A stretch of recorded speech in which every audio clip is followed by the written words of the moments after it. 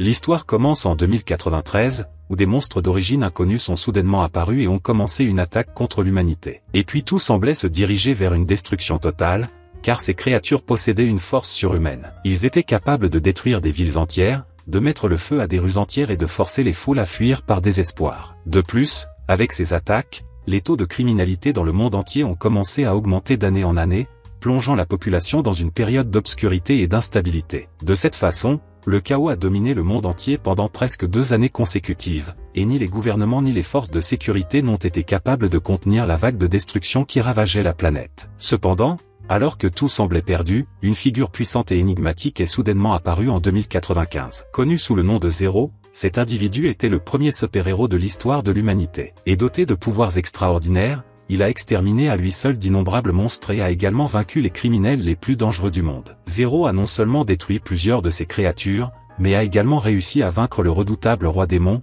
après avoir coupé son corps en deux dans une bataille féroce qui a finalement ramené la paix sur la planète. Avec cette victoire et ses grands exploits, il inspira la création d'une ligue de héros qui deviendrait bientôt le nouvel espoir de l'humanité. Ainsi, suivant son exemple, d'autres super-héros se sont joints à sa cause, et petit à petit, il a été possible de rétablir la paix mondiale. Cependant, après avoir mené la bataille qui a ramené le monde à la normale, Zero a tout simplement disparu de nulle part, sans laisser de traces. Et finalement, des années plus tard, en 2100, la vie sur Terre semble enfin avoir repris son cours habituel. On voit ensuite un groupe de personnes rassemblées devant un écran géant qui annonce la sortie du 5e film sur Zero, désormais traité comme une légende urbaine. Et c'est dans ce scénario que nous rencontrons le protagoniste de cette histoire appelé Linget. Et pour une raison quelconque, il ne semblait pas apprécier l'attention continue que l'ancien héros recevait encore. Et alors qu'il marchait dans les rues, Linget entendit un groupe de femmes s'exclamer avec enthousiasme à l'apparition d'un groupe de jeunes héros de niveau C, dirigé par un jeune homme nommé Chichen. Et ce jeune homme s'est présenté au public et les a remerciés pour le soutien qui permettrait à son groupe d'atteindre bientôt un niveau supérieur. Mais la situation a pris une tournure inattendue lorsqu'un coup de feu a été entendu au milieu de la foule. Un groupe de criminels, dirigé par un certain Eschu, est apparu enragé. Ils ont affirmé que les héros avaient blessé un membre de leur famille et étaient donc là pour se venger. Eschu,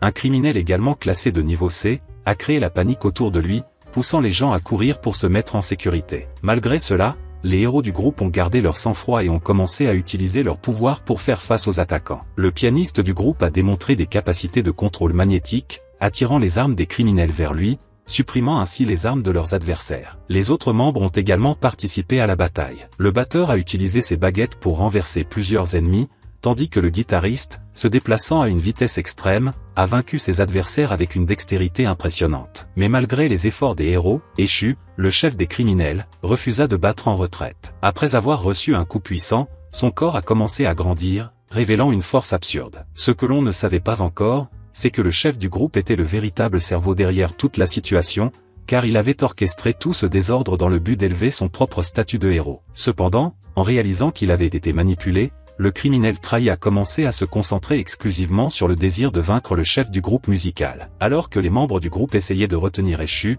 soudain un garçon s'est approché, se présentant comme Jian Shen. Il prétendait être un héros de rang E, le rang le plus bas parmi les héros, et portait des gants très puissants. Malgré ses tentatives maladroites et apparemment vaines pour arrêter Eschu, Jian n'a pas abandonné. Chaque fois qu'il était renversé, il se relevait, faisant preuve d'une détermination inébranlable qui commençait à attirer l'attention de tous ceux qui étaient témoins de la scène. Même s'il n'était pas particulièrement fort, Jian a continué à défier le criminel, en utilisant différents appareils qui n'avaient que peu ou pas d'effet. Cependant, son insistance commençait à irriter Eschu, qui intensifia ses attaques. Jian a ensuite déclaré qu'il protégerait Linget, même si cela lui coûtait la vie. Cette attitude inattendue a surpris Linget, qui n'a pu s'empêcher d'être touché par la bravoure du jeune homme. Face à la situation extrême et poussé par le courage dont il venait d'être témoin, Linget prit une décision cruciale. Pour la première fois, il a révélé son véritable pouvoir. Il concentra une quantité colossale d'énergie et la canalisa en un seul coup contrait, le rendant instantanément inconscient. Le public a été choqué de voir la force de Linget,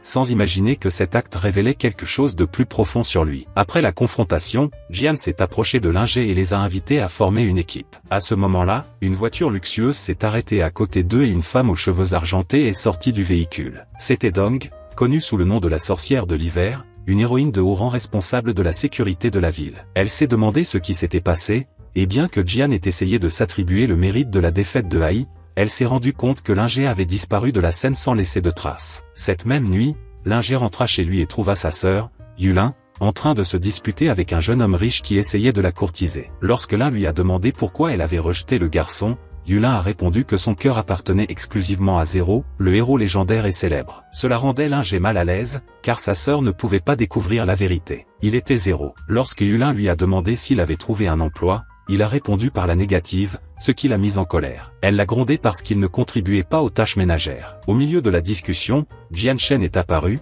offrant à Lingé un travail bien rémunéré en tant que membre de son équipe de héros. Le lendemain, même contre sa volonté, Lingé accompagna Jian Shen à l'association des héros pour s'inscrire. En entrant dans le bâtiment, ils ont été accueillis par la vue imposante d'une immense statue de Zéro et d'autres héros. Cette image a rappelé à l'un des souvenirs de son passé. Jian a expliqué qu'après la victoire contre les monstres, le gouvernement a organisé un système pour former et classer les héros dans des catégories allant de E à SS, dans le but de maintenir la paix mondiale. Le premier test auquel l'un devrait faire face était une évaluation physique, dans laquelle il affronterait Yatan, un héros de rang B connu pour sa force redoutable. Bien que cela semblait être une bataille difficile, Lingé a démontré son habileté en battant facilement Yatan, surprenant tout le monde présent. Cependant, le voyage de l'un ne s'est pas arrêté là. De nouveaux défis surgiront pour tester non seulement leur force, mais aussi leur intelligence. Quelques heures plus tard, Yatan se réveilla à l'hôpital, encore en train de se remettre de la bataille qui avait eu lieu la veille. À ses côtés se trouvait Dong, qui se souvenait, avec une pointe de peur, de la force impressionnante démontrée par le jeune héros pendant le combat, un sentiment qui la laissa profondément ébranlée. Au cours de la conversation entre les deux,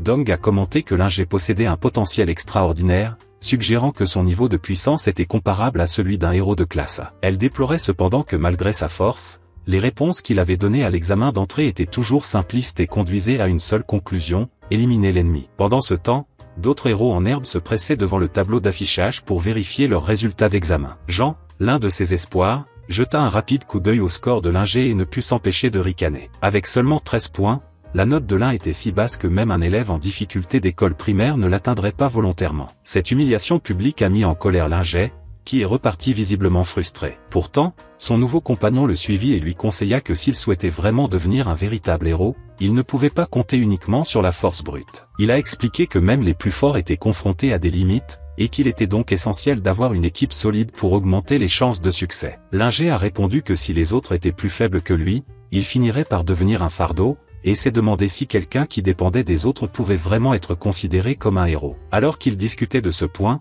ils ont vu 3 hommes aux 13 animaux commencer à intimider un garçon maigre qui avait obtenu de meilleurs résultats qu'eux à l'examen. Les hommes ont menacé le garçon, exigeant qu'il quitte l'association des héros. L'un a observé la scène froidement, attendant que quelqu'un de l'association intervienne, mais personne n'a parlé, ce qui a révélé l'hypocrisie d'un système qui semblait valoriser les chiffres plus que la véritable essence de l'héroïsme. Malgré l'attitude agressive des 3 hommes, le garçon n'a pas cédé et a refusé de quitter l'association, affirmant qu'il n'était pas de vrai héros. Son courage a provoqué les rires des assaillants, qui se sont moqués de son discours et ont affirmé qu'être comme Zéro, qui était mort en essayant de sauver les autres, était un geste insensé. Ces mots ont enflammé la fureur de l'un et Jian, qui ont décidé d'intervenir pour affronter les 3 hommes bêtes. Cependant, la différence de force était évidente. Jian pouvait à peine toucher ses adversaires et finissait par être facilement bloqué. Avant que les attaquants ne puissent riposter contre Jian, l'un s'est interposé entre eux et a bloqué l'attaque avec facilité, montrant clairement qu'il n'avait pas peur de les affronter. Les 3 hommes se sont identifiés comme le Triangle d'Or,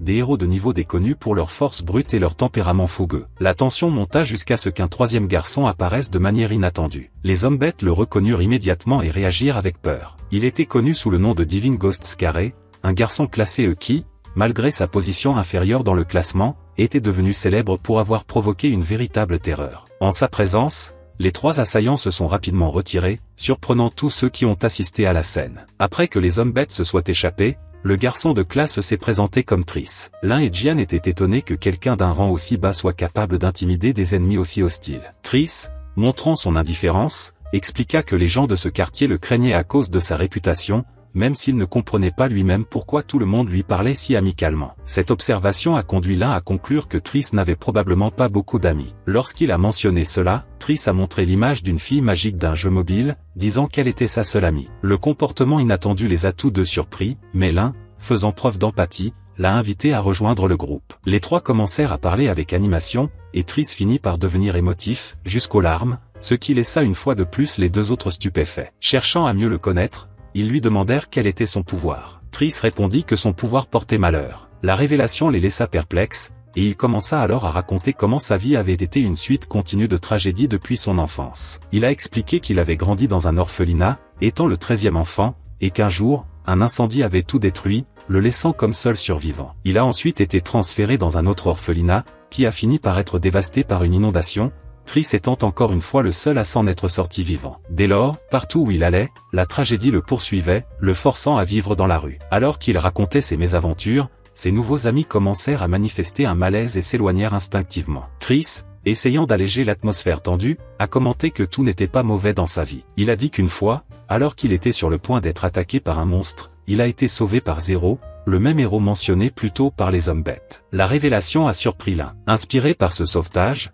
Triss a décidé de devenir un héros et, d'un geste enthousiaste, a légèrement frappé un pilier voisin. Cependant, le choc a été suffisamment fort pour provoquer l'effondrement de la structure, déclenchant une évacuation d'urgence. La situation s'est aggravée lorsqu'une immense statue de Zero a commencé à tomber, sur le point d'écraser une petite fille. L'un réagit rapidement et, d'un coup de pied puissant, détruisit la statue, sauvant ainsi l'enfant. Cet exploit a impressionné Triss, car il ne s'attendait pas à assister à une telle démonstration de force. Lors de l'évacuation du bâtiment, Triss s'est rendu compte qu'une fois de plus, il avait provoqué le chaos à cause de sa malchance. Plus tard, à l'hôpital, il a été confirmé que, heureusement, personne n'avait été grièvement blessé. Triss retrouva le groupe, et à côté de lui se trouvait Yang, allongé dans une capsule et couvert de bandages, en raison des blessures qu'il avait subies lors de l'incident. Bien que d'autres aient tenté de minimiser la gravité de l'incident, le médecin a averti que Yang avait échappé de justesse à la mort. Se sentant coupable, Triss s'excusa, mais Yang, submergé par la colère, lui ordonna de rester à l'écart. L'un est intervenu et a réprimandé Yang pour avoir maltraité un coéquipier. Malgré tout,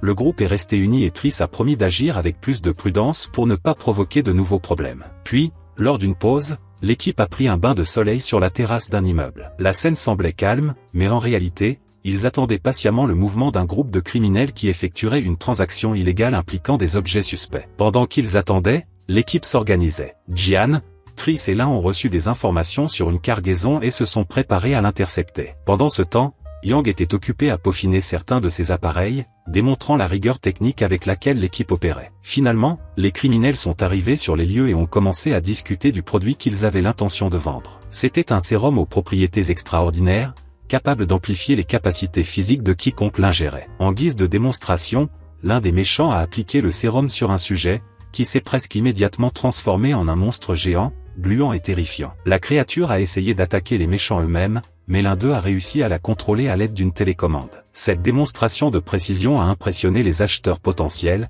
qui sont devenus encore plus intéressés par l'achat du produit. Cependant, alors que l'accord était sur le point d'être finalisé, l'équipe de l'un a interrompu les négociations avec style. Le premier à agir fut Yang, qui utilisa ses pouvoirs de téléportation pour voler les armes des méchants avant qu'ils ne puissent réagir. Puis, l'un des criminels a ordonné au monstre d'attaquer, mais Triss a réagi rapidement, brandissant une mitrailleuse et tirant sur la créature tout en utilisant une ressource inhabituelle, de la nourriture épicée. On a découvert que le monstre était sensible aux aliments épicés et réagissait de manière incontrôlable, attaquant quiconque se trouvait autour. Cette réaction a mis en danger à la fois les méchants et les héros, car ils étaient désormais confrontés à une menace totalement hors de leur contrôle. Le chaos s'intensifia alors que le monstre chargeait l'un, qui aidait actuellement Ring à se relever après une tentative ratée de vol avec des bottes de propulsion. Déterminé à se racheter, l'un invoqua son marteau énergétique et, d'un coup époustouflant, envoya le monstre voler, le projetant directement vers la ville. Cependant, cette action a créé un nouveau problème, car la créature a commencé à causer des destructions dans les rues. Consciente de sa responsabilité,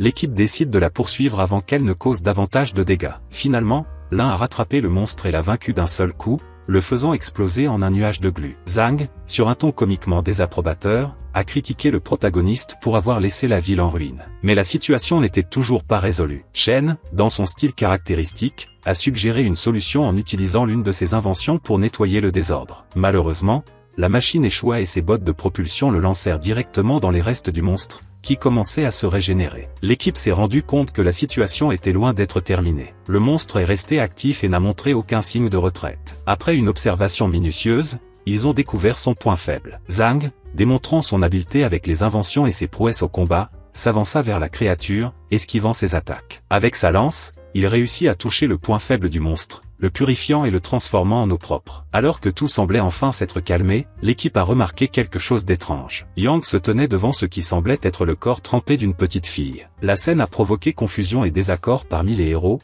mais ils ont rapidement découvert que la fille pourrait être liée à la créature qu'ils venaient de vaincre. Après la confrontation, l'équipe est retournée à la base, emmenant avec eux la fille qu'ils avaient trouvée sur les restes du monstre. À leur arrivée, ils ont commencé à discuter de qui elle était et de quelle était sa relation avec la créature à laquelle ils avaient été confrontés. C'est à ce moment-là qu'ils ont découvert que la fille n'avait pas de parents et qu'elle était probablement la personne à l'intérieur du monstre, contrôlée par une sorte d'expérience. La situation est devenue encore plus inquiétante, et tout le monde a essayé de trouver des réponses, mais il y avait un problème central, la fille sauvée n'a pas dit un seul mot. Alors qu'il parlait, la sonnette retentit et Dong apparut, apportant des informations cruciales qui pourraient clarifier ce qui s'était passé. Après avoir passé un certain temps avec l'équipe, il a expliqué qu'il enquêtait sur une organisation appelée Génétique Evolution, une entité qui se présentait comme une organisation caritative chargée de mener des actions caritatives dans le monde entier. Cette organisation a fourni un logement à des centaines d'enfants orphelins, ce qui, à première vue, semblait être un acte altruiste. Cependant, derrière ces bonnes actions se cachait un sombre secret. Selon Dong, l'organisation a utilisé ces enfants comme cobayes dans des expériences génétiques, dans le but d'améliorer les capacités humaines par des méthodes dangereuses et contraires à l'éthique. La fille qu'ils avaient sauvée était l'une des victimes de ces tests, un enfant expérimental, et le monstre auquel l'équipe était confrontée était probablement le résultat d'une de ces tentatives ratées. En entendant cela, l'un entra dans un état de rage incontrôlable. Sa fureur était si intense que tout autour de lui se mit à trembler, libérant une sorte de petite onde sismique. Il ne pouvait pas accepter que ceux qui étaient censés protéger les innocents permettent que de telles atrocités se produisent, et sa frustration était visible. C'est à ce moment-là que Jean, conservant son rôle de voix de la raison, est intervenu pour le calmer. Il a rappelé à l'un qu'il y avait des héros de haut rang impliqués dans la situation. Dong a ensuite confirmé les soupçons de Shen, expliquant que malgré les efforts pour arrêter l'organisation Génétique Evolution, les personnes impliquées semblaient toujours avoir une longueur d'avance. La situation était encore plus grave qu'il ne l'imaginait. C'est alors que Dong a révélé un détail fondamental. Le cerveau derrière toute l'opération faisait partie de l'association des héros elle-même. Cette révélation a pris l'équipe complètement par surprise. Personne ne pouvait croire qu'une personne occupant une position aussi élevée au sein d'une organisation créée précisément pour protéger les innocents puisse être impliquée dans quelque chose d'aussi cruel. Dong a expliqué qu'après une enquête exhaustive, il a découvert que le directeur de l'association lui-même, un homme nommé Rui, était responsable de l'orchestration de tout dans les coulisses. Rui avait manipulé les événements à son propre profit, utilisant les ressources de l'association pour dissimuler ses expériences illégales. L'équipe s'est retrouvée confrontée à un choix difficile, où elle devait soit affronter l'un des dirigeants les plus puissants de l'association, soit trouver un moyen de contrecarrer ses plans tout en protégeant la jeune fille, qui reposait désormais sous leur garde. L'ennemi auquel ils étaient confrontés n'était pas un méchant ordinaire. Il s'agissait d'une personne disposant d'influence et de ressources au sein même de la structure du pouvoir, ce qui rendait le défi encore plus complexe et dangereux. Quelque temps plus tard, dans la rue, l'un se faisait gronder par sa sœur, Yulin, pour l'avoir appelé à la hâte pour l'aider à acheter des vêtements pour une petite fille. Elle lui a crié dessus, attirant l'attention de tout le monde autour. Yang a essayé d'expliquer que la fille, nommée Mumu, avait été sauvée lors d'une mission et était orpheline, c'est pourquoi ils avaient décidé de prendre soin d'elle temporairement. En entendant cela, Yulin, qui se méfiait initialement des intentions de son frère et pensait qu'il pourrait être impliqué dans quelque chose de suspect, a changé de position dès qu'il a vu Mumu. La douceur de la fille a ému Yulin, qui l'a immédiatement serrée dans ses bras et lui a demandé si elle était bien nourrie. L'un a répondu qu'elle avait mangé des bonbons, ce qui a légèrement mis sa sœur en colère, car elle considérait qu'il était irresponsable de n'offrir que des bonbons à l'enfant. Après avoir clarifié la situation, ils décidèrent de sortir pour acheter des vêtements pour Mumu et prévoyèrent ensuite de manger du poulet frit. Pendant qu'ils étaient dans le magasin, le triangle d'or pouvait être vu observant le groupe de loin. L'un réalisa qu'ils étaient surveillés, mais choisit de ne pas agir pour ne pas alarmer sa sœur ou la fille. En arrivant dans un magasin où plusieurs articles étaient en vente en raison de la fermeture imminente de l'établissement, Yulin a demandé s'il devait rentrer. Gélin a répondu que c'était bien, mais leur a demandé d'attendre dehors car il avait une affaire en cours à régler. À ce moment-là, le triangle d'or s'est approché du groupe. L'un se souvient d'une conversation qu'il a eue avec Dong, au cours de laquelle il a appris que, pour lui et l'organisation génétique, Mumu était extrêmement précieuse et qu'ils feraient tout leur possible pour la récupérer. Lorsque l'un demanda si Dong pouvait intervenir, on lui répondit qu'à partir de cette nuit-là, sa propre vie serait également en danger et qu'ils enverraient probablement des assassins professionnels pour assurer le succès de la mission. Dans le présent, Gélin a conduit les 3 hommes dans un endroit isolé pour éviter d'attirer l'attention. Les agresseurs l'ont remercié d'avoir choisi un endroit discret et ont déclaré qu'ils étaient là pour emmener Mumu. Gélin a répondu qu'il n'avait pas l'intention de la livrer. Face à leur refus, le chef du groupe s'est préparé à utiliser la force, mais l'un les a vaincus en quelques secondes. Il fut surpris de constater à quel point ils étaient faibles, étant donné qu'ils avaient été envoyés par une organisation aussi puissante. Après la confrontation, l'un a couru à la rencontre de sa sœur et de Mumu. À son arrivée, Yulin lui a reproché d'avoir mis autant de temps. Il a essayé de minimiser la gravité de la situation, disant seulement qu'ils devaient rentrer chez eux tôt parce qu'ils attendaient un visiteur. À ce moment-là, ils se rendirent compte que Mumu n'était pas avec eux. Inquiets, ils entendirent la voix de la jeune fille qui expliquait qu'elle finissait de s'habiller. Lorsque Mumu est apparue, elle portait une charmante robe lilas. Compte tenu de cela, Yulin suggéra que la fille reste avec eux, promettant de prendre soin d'elle comme si elle était sa sœur aînée. Gélin se sentait confus car il savait que la situation de Mumu n'était toujours pas résolue et qu'il y avait un risque réel qu'elle soit en danger. Cependant,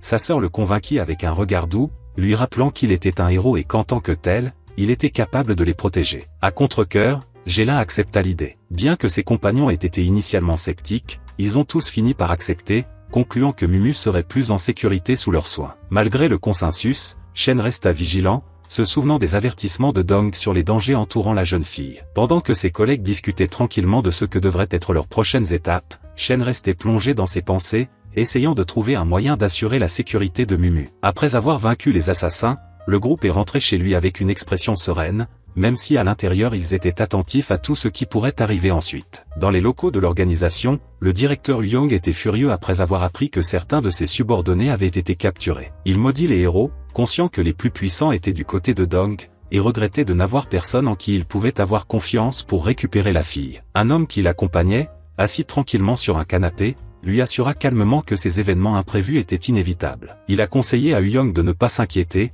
car il avait déjà préparé des personnes compétentes pour résoudre la situation et lui a assuré que de bonnes nouvelles arriveraient bientôt. Avec un sourire sinistre, cet homme donnait le sentiment que tout était sous son contrôle. Pendant ce temps, chez Shang, un ninja se glissait dans l'ombre, prêt à lancer une attaque surprise. En regardant ses écrans, Shang remarqua la présence de l'intrus avant qu'elle ne puisse lui tendre une embuscade. D'un mouvement rapide, sa tête sembla se détacher de son corps, mais ce n'était qu'une illusion. La ninja désorientée se retrouva entourée de mannequins équipés d'appareils étranges qui émettaient des sons terrifiants, ce qui la fit crier de peur. Vêtu d'une robe, Shang s'est approché de la scène, curieux de l'agitation. Le ninja, irrité d'avoir été si facilement dupé, essaya d'attaquer en utilisant ce qu'elle croyait être une arme, mais Jian l'arrêta, expliquant que ce n'était qu'une brosse à dents qu'il était encore en train de perfectionner. Confus, le ninja tenta une autre attaque, cette fois avec ce qui ressemblait à une épée laser, mais fut interrompu par Shang, qui expliqua que l'objet était en fait un appareil d'hygiène personnelle à utiliser lors des missions. Lorsqu'elle a frappé Shang,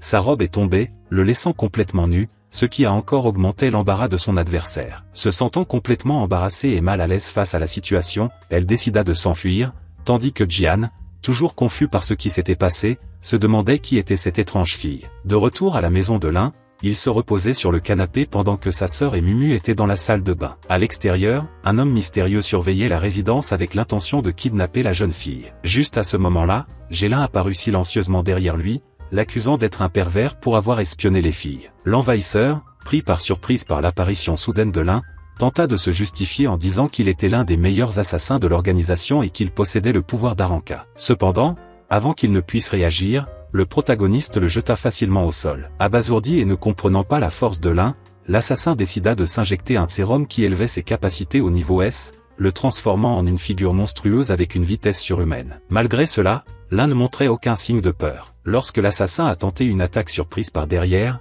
l'un lui a simplement coupé le bras d'un seul coup, se moquant de sa nouvelle apparence. L'ennemi a régénéré le membre perdu et a commencé une séquence frénétique d'attaques, mais le protagoniste les a esquivés calmement, observant froidement la fureur de son adversaire. D'un coup dévastateur, l'un repoussa l'ennemi. Alors qu'il tombait, l'assassin était complètement perplexe face au pouvoir du héros. Gélin a émis un dernier avertissement, ordonnant à l'assassin de transmettre le message à son patron selon lequel il ne devait plus tenter d'approcher la jeune fille. Toujours en cours de régénération, l'ennemi a insisté sur le fait qu'il reviendrait encore et encore jusqu'à ce qu'il ait terminé sa mission, menaçant de faire souffrir la famille de l'un. Face à la menace, le héros a libéré son pouvoir originel, le pouvoir de zéro. Sans hésitation, il anéantit son adversaire d'un seul coup qui fendit une montagne en deux, jurant qu'il ne perdrait plus jamais quelqu'un qu'il aimait. De retour à la maison, la sœur de l'un est sortie de la salle de bain et lui a demandé où il était allé. Il a répondu qu'il était sorti pour s'occuper de quelque chose pendant qu'ils allaient aux toilettes. Ils ont fait une petite blague sur le film de super-héros qui passait à la télévision,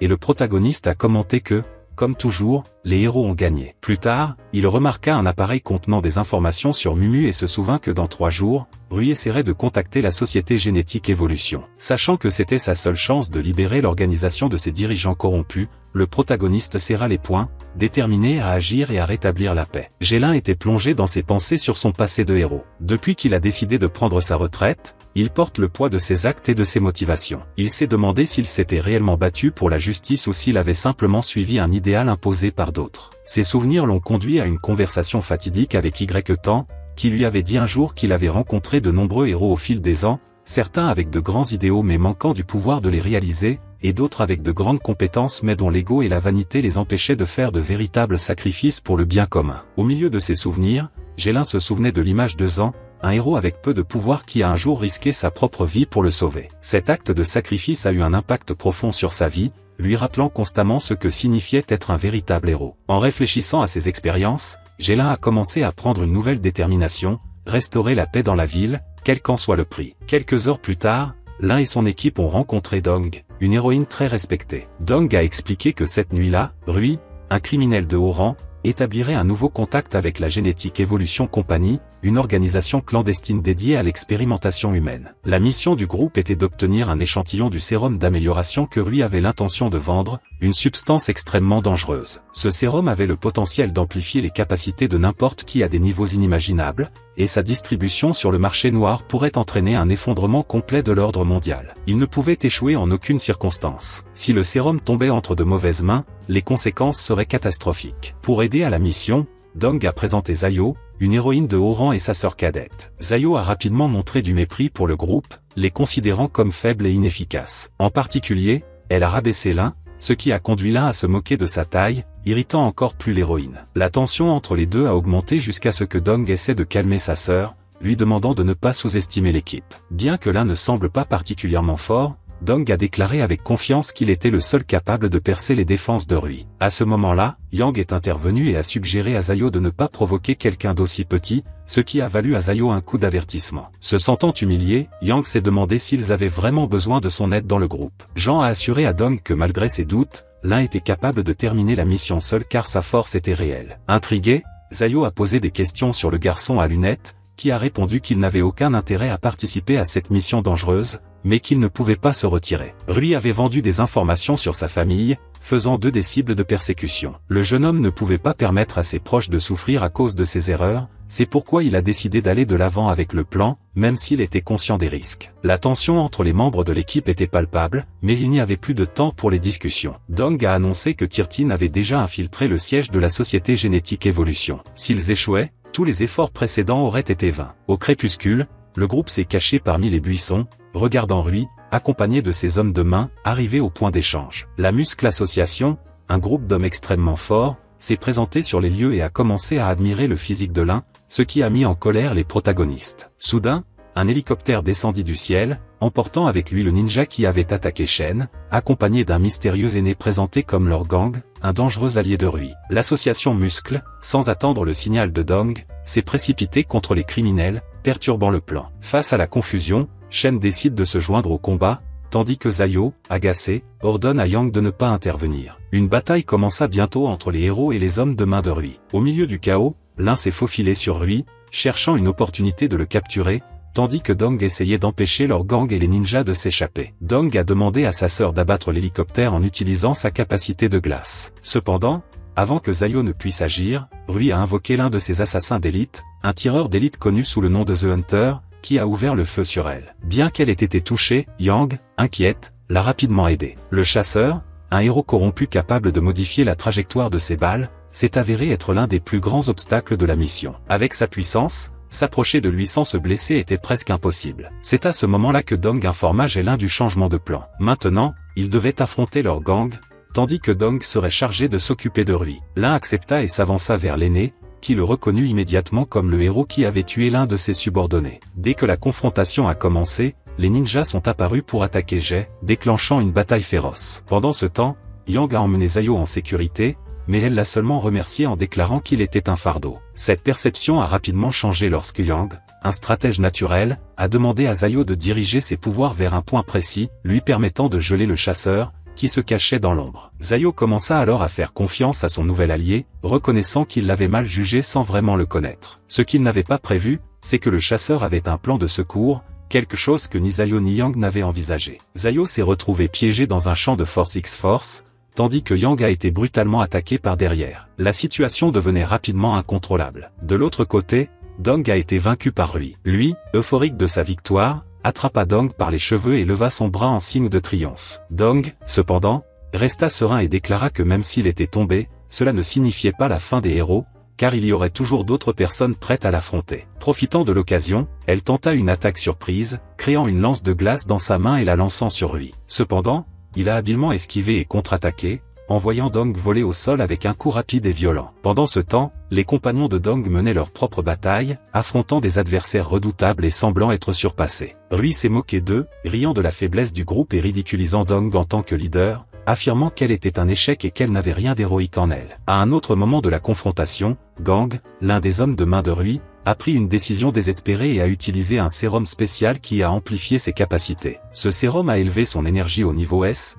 comparable à celle des héros les plus puissants. Avec son pouvoir amplifié, Gang jura de se venger et se lança sur l'un-jet. Cependant, après avoir échangé quelques coups, l'un a facilement démontré sa supériorité, battant le vieux combattant et prouvant que, même avec une puissance accrue, Gang n'était pas à sa hauteur. Dans une autre partie du champ de bataille, Jen a affronté la fille ninja, qui semblait se battre contre sa propre volonté. Réalisant que cette confrontation n'apporterait aucun résultat, Jen a essayé d'interrompre le combat pour lui parler. Il s'est approché d'elle lentement, lui parlant calmement, lui demandant d'arrêter ses attaques et d'accepter de parler, lui assurant qu'il comprenait qu'elle était forcée d'agir de cette façon. Jen a offert à la jeune femme un nouveau souffle de vie, en lui disant que si elle continuait sur cette voie, tôt ou tard, elle finirait par être capturée ou tuée. Alors qu'elle se rapprochait, Jen se souvint du passé de la fille, quand aucun héros n'était apparu pour la sauver. Mais il a insisté sur le fait que les choses étaient différentes maintenant, car elle avait enfin quelqu'un prêt à l'aider. Remarquant la sincérité dans les paroles de Jen, la fille commença à hésiter. Jen s'approchait sans cesse et lui demandait ce qu'elle préférait, rester comme elle était ou trouver une nouvelle direction. Après quelques instants de silence et de réflexion,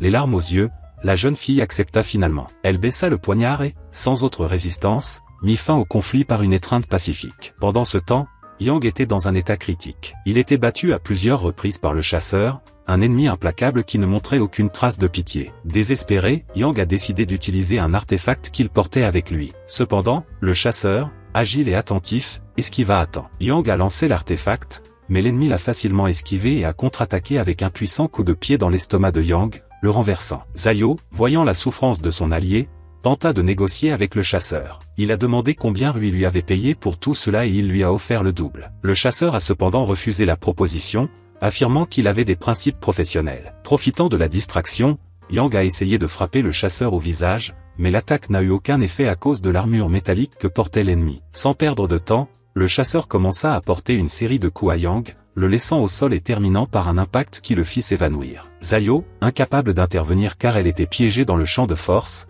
se mit à pleurer, impuissant face à la douleur de ses compagnons. Vaincu, Yang, avec le reste de ses forces restantes, a demandé à Zayo quel genre d'héroïne elle voulait être, tout en essayant d'activer un détonateur. Cependant, le chasseur réalisa son intention et, d'un coup décisif, laissa Yang inconscient, l'empêchant de mener à bien son plan. Étant donné la gravité de la situation, Zayo n'avait d'autre choix que d'utiliser une technique mortelle. C'était une compétence conçue pour exécuter l'adversaire en le gelant instantanément. Dong, toujours sous les attaques de Rui, remarqua la disparition du chasseur et eut un bref échange de mots avec Rui. Il a déclaré que le moment était venu de renverser la situation. Utilisant ses pouvoirs de glace, Dong le figea dans un moment de distraction. Rui, cependant, rit, avertissant que, même gelé, il ne pouvait pas être arrêté. Dong a répondu que son intention était simplement de gagner du temps, et à ce moment-là, il a appelé l'un-jet. L'un apparut immédiatement, se positionnant derrière Rui et, sans hésitation, lui porta un coup dévastateur qui l'envoya voler. Après s'être assuré que Dong allait bien, le combat a continué. Remarquant que Dong avait repris le contrôle de la situation, Rui réalisa qu'il était désavantagé. Dans un acte de désespoir, il a décidé d'utiliser le sérum d'amélioration, similaire à celui que Gang avait utilisé, mais à un dosage beaucoup plus élevé. Le sérum a transformé Rui en une créature monstrueuse d'une puissance immense, capable de lancer des lames tranchantes depuis son propre corps. Sans perdre de temps, il lança une série d'attaques contre Dong et ses alliés, tirant des lames avec une précision mortelle. Cependant, une fois de plus, Lingé a démontré son extraordinaire habileté, bloquant toutes les attaques sans subir une seule égratignure. Rui, surpris par la résistance de l'un, commença à réaliser qu'il faisait face à un adversaire de niveau S, ou peut-être à quelqu'un d'encore plus fort. Malgré cela, Rui n'a pas abandonné et a lancé une attaque désespérée, essayant de frapper l'un de toutes ses forces. Avec une facilité impressionnante, l'un a esquivé tous les coups et a même réussi à les arrêter avec des contre-attaques précises. Même sous sa forme monstrueuse, Rui était surpassé dans tous les aspects. D'un mouvement rapide et précis, l'un jeta Rui dans les airs et sauta après lui, continuant le combat dans les airs. Au cours de la bataille aérienne, Rui a lancé une série de lames sur l'un, mais elles ont toutes été déviées avec agilité. L'un a démontré une maîtrise absolue de ses capacités. À un moment décisif, Lingé a libéré son pouvoir caché et a frappé Rui avec un coup dévastateur qui l'a envoyé s'écraser au sol. L'impact fut si intense qu'une explosion de lumière, semblable à une étoile, illumina le ciel, marquant la fin du combat. Tous les présents furent étonnés par la puissance de Gélin, et Rui, finalement vaincu, tomba au sol inconscient, revenant lentement à sa forme humaine. Lorsque la bataille fut terminée, Dong s'approcha de ses compagnons pour vérifier si tout le monde allait bien. D'un ton amical, Dong a demandé à l'un s'il était vraiment un héros de rang S. L'un, toujours incertain, a admis qu'il n'en était pas sûr, car il n'avait jamais été officiellement évalué. Pendant ce temps, Zen revenait portant dans ses bras la fille ninja qu'il avait convaincu de changer de camp. Zen expliqua à Dong et aux autres qu'après une conversation honnête, la jeune fille avait décidé d'accepter l'invitation et de rejoindre le groupe. Bien que la situation ait été extrêmement difficile, la victoire semblait désormais leur appartenir. Le groupe a profité d'un bref moment de soulagement pour célébrer, se sentant rassuré d'être tous sains et saufs. Cependant, cette tranquillité fut de courte durée. Zayo est apparue portant Yang inconscient et blessé sur ses épaules. En pleurant, elle a supplié de l'aide pour son compagnon, et une vague d'inquiétude s'est emparée de tout le monde. Certains membres du groupe, blessés lors du récent affrontement, ont été transportés à l'hôpital pour se rétablir. Pendant qu'ils se reposaient, les informations ont diffusé des informations sur la capture de criminels lors d'un échange illégal. Zen, même s'il s'améliorait grâce au traitement, montrait une profonde irritation. Il était visiblement frustré car c'était son équipe qui était responsable de l'arrestation des méchants, mais les médias n'ont pas mentionné leur nom. Zayo a essayé de le réconforter, lui expliquant que la famille de Rui était extrêmement puissante et que s'il découvrait l'identité du groupe de Yang, il y aurait certainement des représailles. Malgré sa colère, Zayo a essayé de distraire son compagnon en lui offrant de la nourriture. Zen, toujours irrité, semblait également un peu déconcerté, car les deux étaient désormais plus proches, même s'ils avaient souvent été en désaccord auparavant. Alors qu'il se reposait sur une civière à proximité, Zen interrompit le moment avec un conseil. Il a dit qu'un véritable héros doit agir sans s'attendre à être reconnu. Cette leçon a partiellement calmé l'autre Zen, même si la frustration persistait. Peu de temps après, le ninja, désormais vêtu d'une tenue de femme de chambre, offrit à Zen des tranches de pommes, prenant doucement soin de lui. La tension dans la pièce a commencé à s'atténuer jusqu'à ce que Lingé entre soudainement. Zen a commenté qu'il l'admirait pour être vivant et plein d'énergie, ce à quoi le protagoniste a répondu, surpris, qu'il ne s'attendait pas à ce que Zen respire encore. L'un a profité de l'occasion pour poser des questions sur Dong, qui avait disparu depuis l'incident survenu environ une semaine plus tôt. À ce moment-là, la sœur de Zayo est apparue derrière lui et, avec une légère ironie, lui a demandé s'il lui manquait déjà ou s'il était tombé amoureux. Après une conversation détendue et légèrement provocatrice, Dong a commenté qu'après avoir été témoin de la bataille, il avait décidé de contacter le Hero Club afin que chacun puisse recevoir une formation spéciale. Tout le monde a accepté le défi sauf Lingé. Confiant en ses capacités, il a déclaré qu'il n'avait pas besoin d'entraînement, car il était déjà assez fort. Cette déclaration a provoqué la colère du groupe, qui l'a considéré comme arrogant. Zayo a traité l'un d'idiot pour avoir cru qu'il était invincible simplement parce qu'il avait vaincu deux adversaires de haut niveau. Elle lui rappela qu'au-dessus de la classe A, il y avait des héros de classe S et de classe SS, et qu'il ne serait jamais capable de les vaincre, même avec sa force actuelle. Le protagoniste, cependant, a répondu avec confiance, affirmant qu'il serait capable de les vaincre tous en même temps. La provocation de Lingé a conduit le groupe à le mettre à l'épreuve. Tout le monde s'est dirigé vers la terrasse du bâtiment pour lui faire face. La scène est devenue intense lorsque Zayo, Sheng, Dong et Fei, la fille ninja, ont lancé une attaque à grande vitesse. L'un, cependant, a esquivé chaque coup avec facilité. Les quatre ont essayé de le frapper de toute leur force, mais aucune des attaques n'a causé de dégâts. L'un a critiqué le manque de coordination du groupe, ce qui a encore accru la colère de Zayo. Elle l'attaqua à nouveau directement, mais fut facilement repoussée et projetée en l'air d'un seul coup. Fei a réussi à l'intercepter au milieu du voyage, l'empêchant de se blesser lorsqu'elle est tombée. Décidant de se battre sérieusement,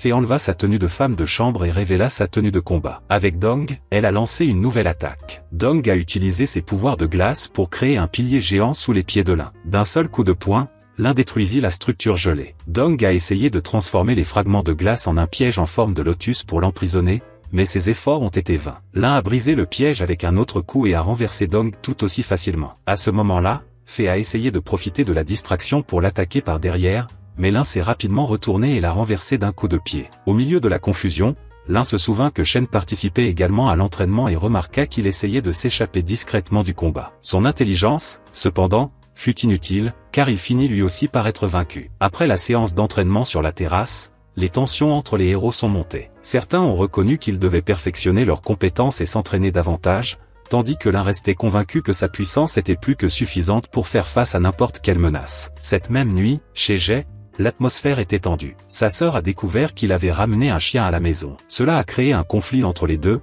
car elle considérait qu'il était irresponsable d'adopter un animal errant alors qu'il ne pouvait même pas gagner assez d'argent pour contribuer aux dépenses du ménage. Cependant, Lin, Mumu et le petit chien ont tous deux fait des expressions tristes, ce qui a finalement convaincu la sœur d'accepter l'animal. Malgré le fait qu'elle ait cédé au charme du chiot et à l'insistance de son frère, elle a décidé d'agir. Le lendemain matin, la sœur du protagoniste a été aperçue sur son lieu de travail, un laboratoire d'amélioration génétique. Elle a pris la décision d'utiliser le chien nouvellement adopté comme cobaye dans une expérience visant à augmenter son intelligence, dans le but de l'empêcher de causer des problèmes à la maison. Au cours du procès, elle a reçu un appel du Dr Qin, qui l'a informé qu'il ne serait pas nécessaire qu'elle l'accompagne ce jour-là. Il lui a demandé de rester dans sa propre section et de continuer les expériences. Pendant ce temps, dans une autre aile du laboratoire, la tension montait. Le docteur Qin était accompagné de plusieurs hommes, parmi lesquels Rui, qui est resté inconscient et dans un état mental gravement compromis en raison des blessures qu'il a subies lors de sa dernière bataille. Le patriarche de la famille de Rui était également présent,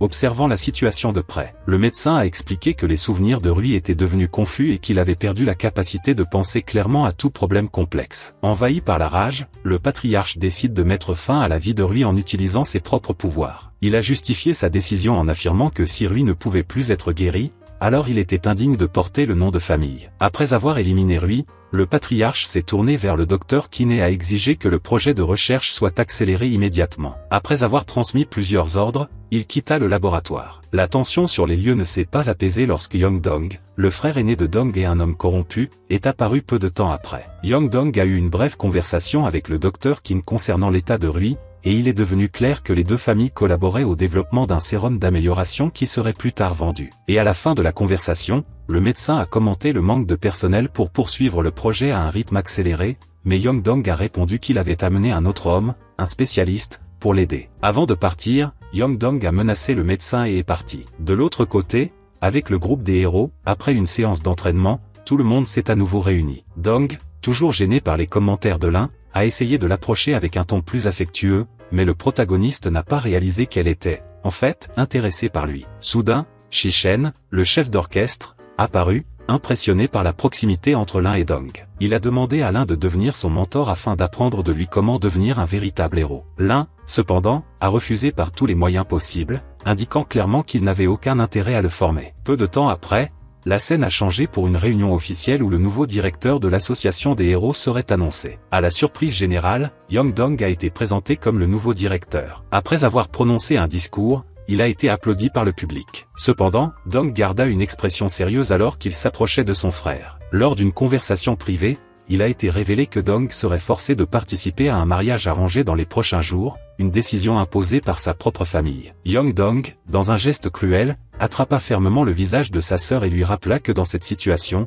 même ses amis ne pourraient pas l'aider à s'échapper. Après l'avoir fait pleurer de frustration, il a quitté les lieux. Cependant, à ce moment-là, il remarqua la présence des amis de Dong de l'autre côté de la porte. Il les a invités à entrer et, après une brève conversation, il a tourné son attention vers Lin. Il savait déjà que Lin avait vaincu lui et les forces d'élite de la Génétique Evolution Corporation. Impressionné par une telle démonstration de force, Yong Dong a demandé à Lin s'il serait intéressé à rejoindre sa famille et à continuer à monter en puissance et en prestige. Lin, fidèle à sa position habituelle, a catégoriquement refusé. Yong Dong, clairement offensé, a commenté que c'était une honte, mais que les portes de sa famille seraient toujours ouvertes si Lin changeait d'avis. Le protagoniste, cependant, a non seulement rejeté la proposition, mais a également provoqué son adversaire, l'invitant à essayer de le tuer à ce moment-là, après avoir senti sa main se poser sur son épaule. Choqué par l'audace de Lin, Dong a essayé de l'avertir de modérer ses propos, craignant que la situation ne se termine mal. Yong Dong a essayé d'affirmer son autorité en augmentant brusquement son énergie,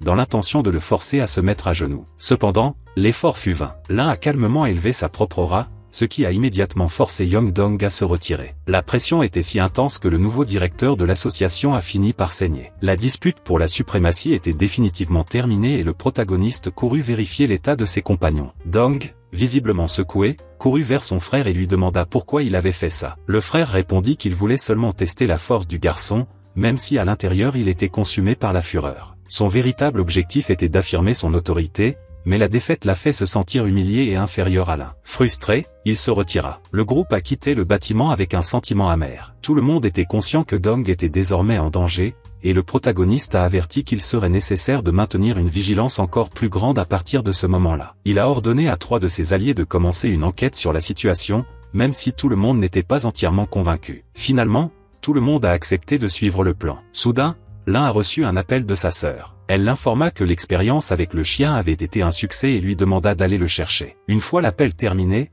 un nouveau médecin est apparu dans le laboratoire. La sœur a expliqué que l'expérience avait été un succès total, car le chien était désormais capable de lire. Le médecin fut surpris et la félicita avant de partir. À ce moment-là, le prétendant de la sœur arriva au laboratoire pour la prévenir. Il lui a dit qu'elle devrait fuir, car le docteur Qin était victime de chantage et les tensions pourraient dégénérer en conflit. La sœur du protagoniste, submergée par l'inquiétude, décide de rester dans le laboratoire pour protéger le docteur Qin, ignorant les avertissements insistants du prétendant. Le jeune homme, frustré par son refus de fuir, a appelé ses agents pour enquêter et sécuriser les lieux. Pendant ce temps, Shen et le protagoniste marchaient dans les rues lorsqu'ils remarquèrent une silhouette suspecte surveillant de près le bâtiment où travaillait le docteur Qin. Ils décidèrent de se rapprocher et découvrir une mystérieuse jeune femme, qui était détenue afin qu'ils puissent obtenir des informations. Au sommet d'un bâtiment voisin, 3 autres individus surveillaient également discrètement les mouvements dans le laboratoire. L'un d'eux se demandait où était son compagnon absent. Peu de temps après, l'un est apparu portant la jeune femme sous son bras, révélant qu'il avait déjà affronté et vaincu le groupe auquel elle appartenait. Le groupe a fouillé les effets personnels de tous les détenus pour identifier ceux qu'ils servaient. Parmi les objets, ils ont trouvé un médaillon qui indiquait un lien avec l'une des 8 grandes familles, le clan Tian, associé à la famille Long, la même famille dont était issu le prétendant de la sœur du protagoniste. En identifiant le symbole, le protagoniste s'est senti rempli de fureur, convaincu que le clan Tian essayait de forcer sa sœur à avoir une relation. Peu de temps après, les membres du groupe Tian eux-mêmes l'ont contacté pour admettre qu'ils avaient été complètement vaincus. Au laboratoire, l'un a remis un pendentif à sa sœur et lui a demandé que si la situation devenait incontrôlable, elle appuie sur le bouton caché dans l'accessoire afin qu'il puisse la protéger immédiatement. La sœur, se souvenant de l'avertissement donné par Tian, a préféré agir comme si elle n'était pas consciente d'un danger imminent. Il a naturellement dit à son frère que tous ceux qui étaient là n'étaient que des chercheurs et qu'ils n'étaient pas impliqués dans des questions plus importantes. Elle a essayé d'apaiser l'inquiétude de son frère en lui demandant d'emmener le chien, lui permettant ainsi de continuer ses expériences. Après une brève conversation, Shen a pris la responsabilité du chien, expliquant que, comme il avait beaucoup de ressources, il n'aurait aucun problème à payer les soins nécessaires. 2 jours plus tard, Tris observait toujours les mouvements du Dr Qin. Lors de la surveillance, il fut surpris de voir Dong se maquiller à la maison, jusqu'à ce qu'il remarque l'arrivée d'un véhicule élégant. De l'intérieur sortit un homme blond nommé Lu, qui semblait être le nouveau prétendant de la jeune femme. Lu a remercié Dong d'avoir vaincu Rui, un événement qui lui avait permis de devenir l'héritier officiel de la famille. Ces paroles froides et arrogantes ont profondément irrité Dong, qui a répondu par des insultes. La provocation a provoqué une réaction violente. Lu a poussé Dong au sol et l'a forcé avec dédain à monter dans la voiture. À ce moment-là, un groupe d'hommes forts de l'organisation de Dong est apparu pour la défendre. Cependant, les hommes de main de Lu se sont mis en travers de leur chemin. Lu s'est déclaré être le futur mari de la jeune femme, mais les partisans de Dong ne s'en sont pas souciés, car ce dont ils ont été témoins n'était qu'un acte d'agression contre elle. Le combat a commencé, mais les alliés de Lu n'étaient pas humains. Il s'agissait de robots de combat qui dominaient rapidement la confrontation, neutralisant leurs adversaires avec facilité. Désespéré, Dong supplia Lu d'arrêter l'attaque des robots. Lu, sans pitié, la força à regarder ses compagnons se faire maîtriser et plaquer au sol. L'impuissance face à cette scène a conduit Dong à pointer une lame de glace directement sur la gorge de Lu. À ce moment précis, un coup de feu a brisé la vitre du véhicule, visant Lu, mais il a intercepté la balle avec ses doigts et l'a renvoyée, blessant grièvement Tris, le tireur. Lu a ensuite révélé qu'il possédait la capacité de tuer à distance dans les airs et, avec un coup tranchant invisible, a gravement blessé Triss. Fatigué du jeu, Lu a décidé de partir après avoir entendu les supplications de la jeune femme, qui a promis de faire tout ce qu'il voulait pour sauver ses coéquipiers. Avant de partir, Lu l'a forcé à observer ses alliés tomber au combat, dans un état critique. Alors que le véhicule s'éloignait, les robots reçurent un nouvel ordre, éliminer tous ceux qui étaient encore en vie. La situation est devenue encore plus dangereuse. Il est devenu évident que la lutte pour la survie était loin d'être terminée et que des personnes extrêmement influentes étaient derrière cette vague de violence. Triss, grièvement blessé, était entouré de robots préparant les derniers coups. Juste au moment où le premier d'entre eux se positionnait pour tirer, l'Ingé est apparu de manière inattendue pour le sauver. Avec une épée flamboyante impressionnante, le héros avança avec précision et détruisit le premier robot d'un seul coup. L'explosion a alerté les autres ennemis, qui se sont regroupés pour attaquer. Même face à de nombreux tirs simultanés, aucun d'entre eux n'a pu atteindre la cible. Un par un, les robots ont été détruits par les mains du protagoniste, qui a démontré une maîtrise absolue de ses compétences. Lorsque le dernier d'entre eux fut vaincu, une alerte parvint à Lu, qui ne put cacher sa surprise en découvrant que tous ses automates avaient été éliminés. Pris de curiosité, Lu activa un hologramme pour observer directement la situation. Sur l'écran, il vit l'Ingé brandir une épée flamboyante d'une puissance extraordinaire. Ce détail a immédiatement attiré son attention, car il a reconnu l'arme comme une épée sacrée qui abritait l'esprit du feu. Lu a immédiatement partagé avec Dong ce dont il avait été témoin, reconnaissant les compétences de l'un. Il remercia la jeune femme de lui avoir offert une arme aussi incomparable en cadeau. Après avoir découvert que la famille Yang était à l'origine des récents conflits, l'un a décidé qu'il ne pouvait plus rester inactif. Bien que ses compagnons aient suggéré que la chose la plus urgente à faire serait de soigner les blessés, l'un a juré à Triss qu'il le vengerait et sauverait Dong à tout prix. Plus tard, tout le monde s'est réuni chez Yan pour élaborer un plan pour sauver la jeune fille qui avait été kidnappée. Au début de la conversation, Yan s'est demandé si tout le monde avait perdu la tête, se rappelant qu'affronter la famille Rui était pratiquement un suicide, car c'était l'une des familles les plus puissantes du continent, possédant une légion avancée de robots de combat. Même face à ces avertissements, les compagnons de l'un sont restés fermes, montrant clairement qu'ils ne pouvaient pas abandonner un ami. L'insistance a fini par convaincre Yan, qui a accepté de participer. Peu de temps après, Shi-Shen est apparu et a proposé son aide. Après une brève conversation, le groupe a commencé à élaborer un plan pour sauver Dong. Fait, avec l'aide du chien super intelligent qui démontrait désormais des capacités améliorées, a obtenu l'accès au système de sécurité du manoir où Dong était détenu. Avec les schémas internes en main, elle a révélé que les préparatifs d'une cérémonie d'engagement étaient déjà en cours à l'intérieur du manoir. Elle a expliqué que Dong avait été forcé de se marier pour sceller une alliance entre les familles concernées. En apprenant que son ami était traité comme une simple monnaie d'échange,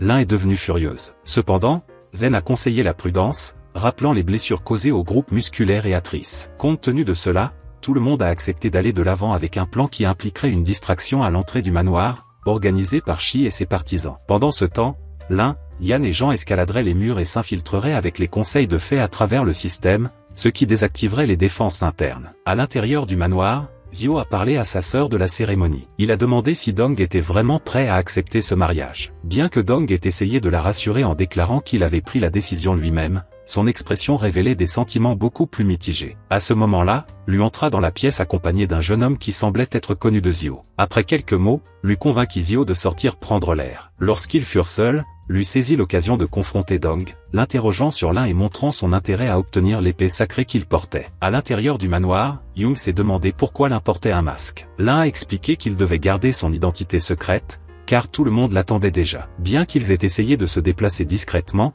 ils ont rapidement été découverts par Zio, qui s'est approché accompagné de quelqu'un. La situation a suscité la jalousie de Yan, qui a tenté d'engager la conversation avec le couple pour gagner du temps, permettant à Jen et l'un de se faufiler jusqu'à une porte protégée par des gardes de sécurité. Jen a remarqué que c'était le bon moment pour agir comme un héros et a décidé d'attirer les gardes, permettant au protagoniste d'entrer. Alors qu'il franchissait la porte, l'un rencontra Dong. Il lui a informé qu'ils étaient là pour la sauver, mais elle a refusé, disant qu'elle ne pouvait pas abandonner sa famille. Elle a même essayé de le confronter, déterminée à le convaincre qu'elle était déterminée à rester. L'un la retint, lui assurant qu'elle était trop importante pour être laissée derrière et qu'il ne permettrait jamais aux membres de l'association musculaire et à Triss de se risquer en vain. Face à l'angoisse de la jeune femme, l'un promit fermement qu'en la sortant de là, personne d'autre n'aurait besoin de se sacrifier. D'un puissant coup de lance, il détruisit l'un des murs de la pièce, ouvrant une voie d'évacuation. Profitant de l'occasion, Dong lui prit la main et les deux coururent ensemble vers la liberté. Et pendant l'évasion, l'un et Dong ont retrouvé Yang, qui était brutalement battu par les robots de Lu. Il observait tout avec supériorité, confiant que rien ne lui échapperait. Face à la fureur de Dong, l'un tenta de la calmer et, sans hésitation,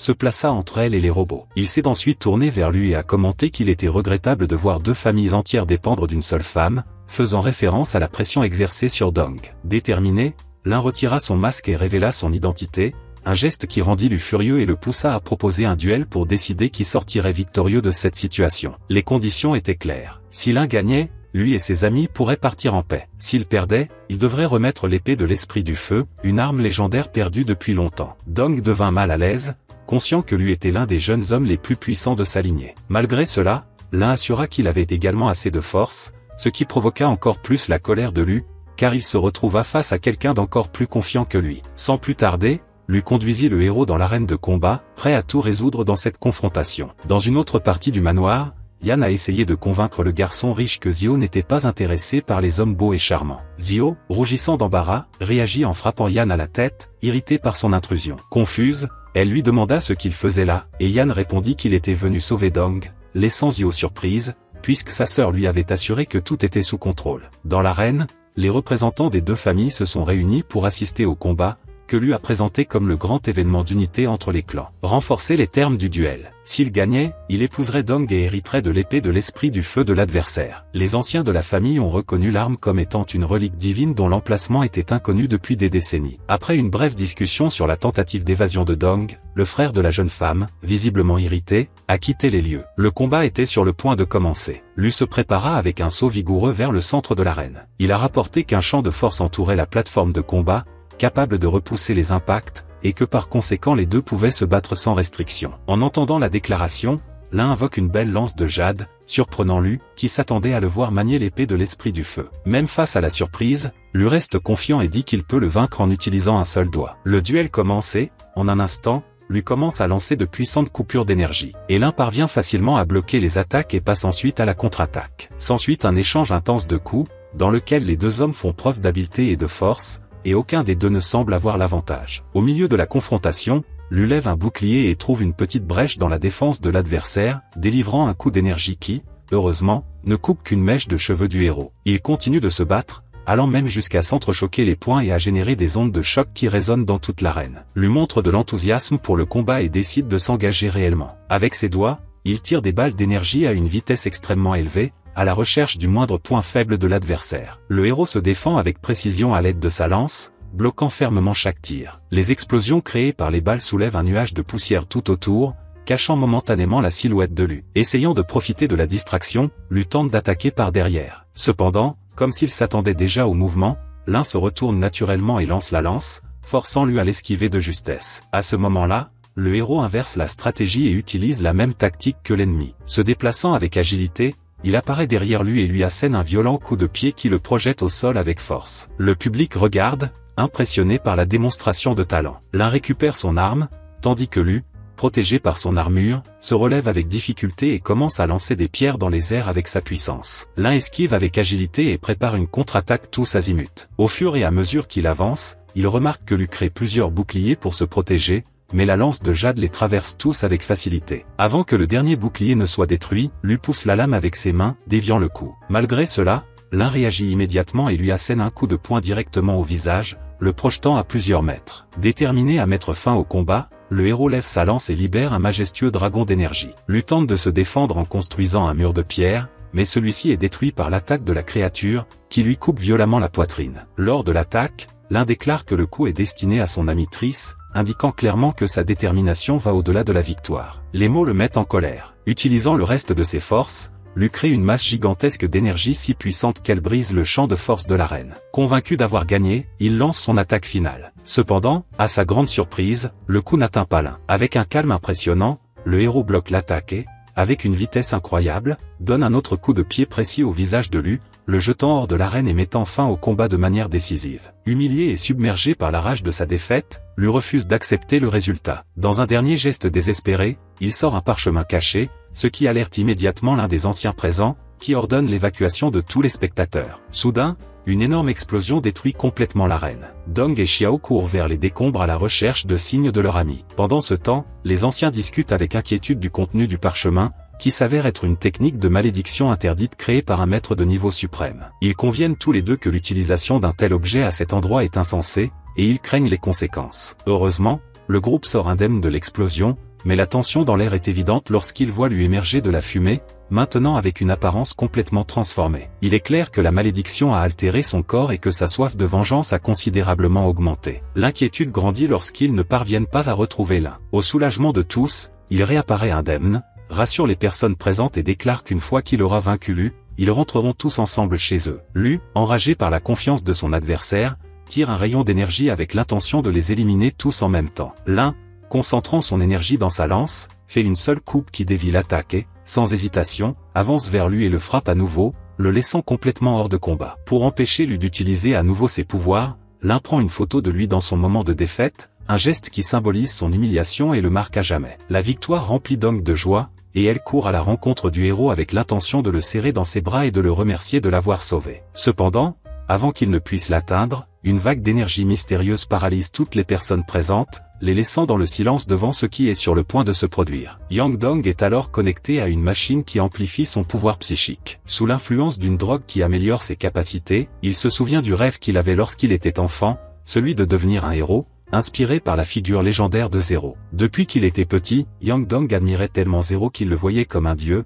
souhaitant briller un jour avec la même force. Grâce à la connexion avec la machine, le pouvoir de Yang Dong commence à croître de manière incontrôlable, modifiant radicalement son corps, au point de lui faire perdre ses cheveux, mais lui permettant de flotter dans les airs. Sa nouvelle présence devient si imposante que le ciel s'assombrit, couvert de nuages orageux, tandis qu'il s'élève comme une figure surhumaine. Depuis le sol, Lingé observe le nouvel ennemi, qui le défie ouvertement. Malgré sa force nouvellement acquise, Yang Dong se rend compte que même avec une telle énergie, il n'est pas capable de pénétrer complètement l'esprit de son adversaire. À ce moment-là, Yang Dong invoque un tigre fait d'énergie spirituelle et le lance sur Lingé, qui le détruit avec facilité, comme s'il s'agissait de verre. Cette démonstration de puissance permet au héros de blesser Yang Dong, le faisant saigner, ce qui était auparavant impensable. Pris de rage, le méchant essuie le sang de son nez et réprimande son futur beau-frère pour avoir osé le défier, montrant que tout le monde autour est à genoux devant lui, comme s'il était une divinité suprême. Même face à la scène, l'un répond avec moquerie, disant qu'il n'est rien de plus qu'un homme chauve qui se prend pour un dieu. Une pluie de lumière traverse les nuages et illumine Yang Dong,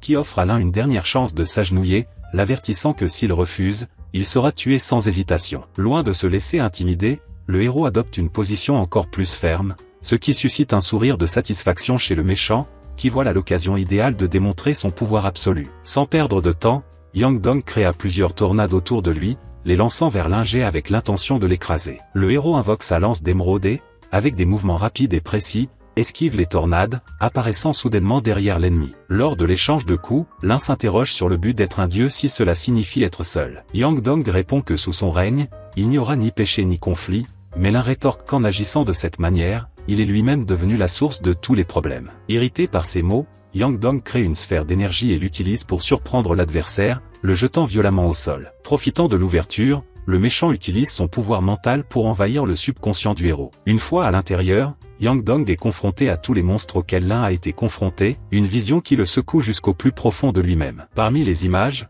on voit le protagoniste au loin, tenant le corps sans vie d'une fille. Mais, alors qu'il essayait de se rapprocher, le jeune homme leva les yeux avec une immense fureur, expulsant brutalement Yang Dong de son esprit. De retour dans le monde réel, une énergie sombre commence à entourer le corps du héros, se condensant jusqu'à former une armure. Avec une démonstration de puissance impressionnante, il révèle sa véritable identité, Zero, le héros légendaire. Face à cette révélation, Yang Dong entre dans un état de choc, rempli de terreur et de fureur. Il refuse de croire que le vrai Zero se tient devant lui et conclut qu'il ne peut s'agir que d'un imposteur. Fort de cette conviction, il lance une autre attaque, invoquant des tornades que Zero disperse d'un simple mouvement de son épée. Après avoir dissipé les tornades, Zero déclenche une attaque dévastatrice, créant un faisceau d'énergie qui traverse le ciel et perce les nuages sombres, se dirigeant directement vers Yang Dong. Face à l'attaque, Yang Dong invoque un guerrier spirituel géant pour se défendre. La créature colossale attaque Zero, essayant de l'écraser avec un coup de poing gigantesque, mais il l'esquive facilement, démontrant que sa force et sa vitesse sont à un autre niveau. Pendant le combat,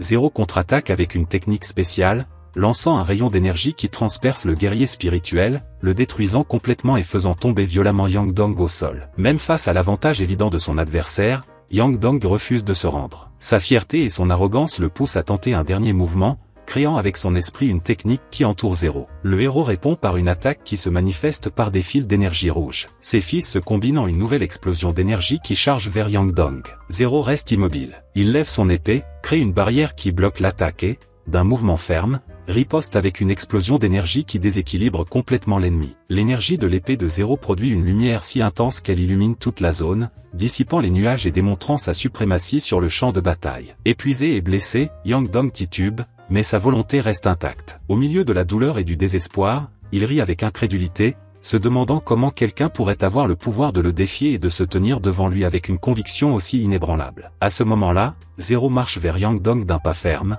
pointant son épée directement sur son visage tout en émettant un avertissement. Il affirme que posséder le pouvoir ne signifie pas que tous les problèmes du monde peuvent être résolus par la force, suggérant que Yang Dong, même avec son immense force, n'est rien de plus qu'une ombre de ce que devrait être un vrai dieu. Yang Dong, affaibli mais toujours provocateur, rit avec incrédulité. Il ne comprend pas comment quelqu'un ose insinuer qu'il pourrait y avoir quelque chose capable de s'opposer à lui et à son pouvoir. Pour lui, être le plus fort revient à atteindre la suprématie absolue. Zero regarde son adversaire en silence avant de lever à nouveau son épée vers le ciel. D'un mouvement gracieux, il exécute une technique appelée rédemption, qui dissipe tous les nuages. En laissant l'horizon dégagé, la technique génère une série de motifs lumineux qui s'entrelacent, formant un réseau d'énergie pure autour de Yang Dong. Au milieu de la bataille épique, l'un déclenche son coup final, une attaque dévastatrice qui engloutit le faux dieu dans des flammes noires. Ces flammes, puissantes et menaçantes, consument le corps du méchant, tandis que son âme commence à se déchirer, luttant pour échapper à la douleur brûlante. L'épée de l'un,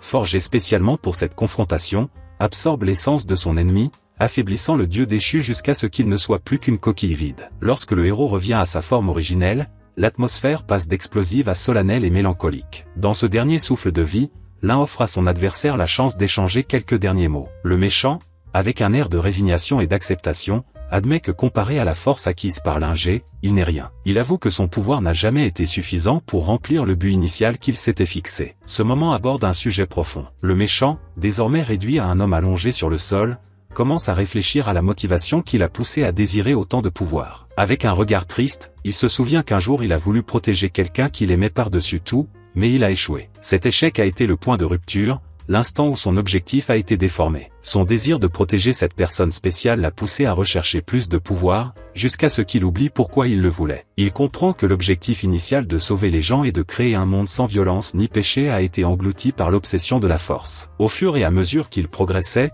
son pouvoir augmentait, mais il l'éloignait également de lui-même, le transformant en la figure la plus redoutée et la plus maléfique du monde. Il demande ensuite au protagoniste pourquoi il est si fort. La réponse n'est pas celle à laquelle je m'attendais. L'ingé montre son corps couvert de cicatrices. Chacune de ces marques est le résultat d'innombrables batailles contre des monstres, des extraterrestres et des dieux qui ont tenté d'envahir la Terre. L'ingé, marqué physiquement et émotionnellement, révèle que sa plus grande préoccupation a toujours été sa sœur. Il remercie le méchant pour le fait qu'au moins son visage et ses mains soient exemptes de cicatrices, ce qui lui permet de cacher ses blessures et d'éviter de l'inquiéter. Tout au long de l'histoire, la relation entre le héros et sa sœur est étendue, mais une nouvelle facette se révèle ici. Même si elle semble parfois toxique, l'ingé reconnaît son importance et admet qu'au final, ils ont combattu côte à côte dans cette guerre. Lorsque le méchant tente de poser des questions sur la femme qu'il a vue dans l'esprit de l'un lors de la confrontation, le héros refuse de parler. Il précise qu'il s'agit d'une affaire personnelle et demande qu'on ne l'appelle plus héros. C'était le nom de son ancien moi, le nom d'un héros qui a été abandonné lorsqu'il a réalisé qu'il ne pouvait plus porter le fardeau d'être le symbole de l'espoir du monde. Après cette brève conversation,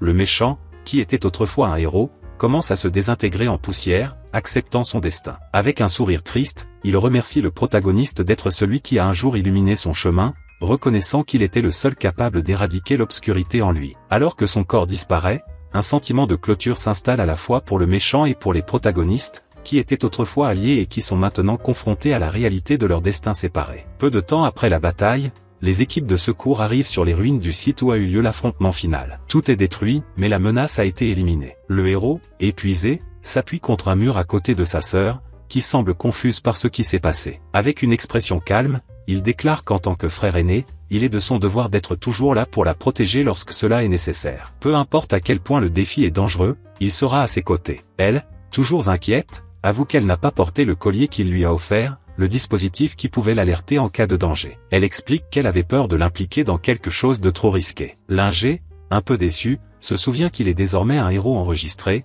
suffisamment fort pour faire face à n'importe quelle menace. Malgré leurs différences, le lien entre eux est évident, et ils demandent que si quelque chose de mal arrive à l'avenir, elle le recherche immédiatement afin qu'ils puissent y faire face ensemble. La conversation se termine avec la sœur quelque peu irritée, mais d'accord avec lui. Plus tard, alors que la nuit tombe, l'un reste seul, regardant la mer, perdu dans ses pensées. Les souvenirs de tout ce à quoi il a été confronté le submergent. Toutes les batailles, les pertes et la mort récentes d'un proche. Alors qu'il regarde les eaux, la silhouette de Dong semble lui tenir compagnie. Elle partage des nouvelles importantes. Elle a décidé de déménager dans une autre ville, où elle espère réaliser son rêve de devenir enseignante dans une école pour héros. C'est un grand pas, et il est clair que le héros a eu un impact significatif sur sa vie, lui offrant une liberté qu'il n'avait jamais ressentie auparavant. Juste avant de partir, Dong le surprend avec un baiser. C'est un moment que les fans attendaient, car Linger, bien qu'excellent au combat, montre peu de compétences en amour. Sur ce, Dong dit au revoir et la série se termine également. Mais une nouvelle menace se profile à l'horizon,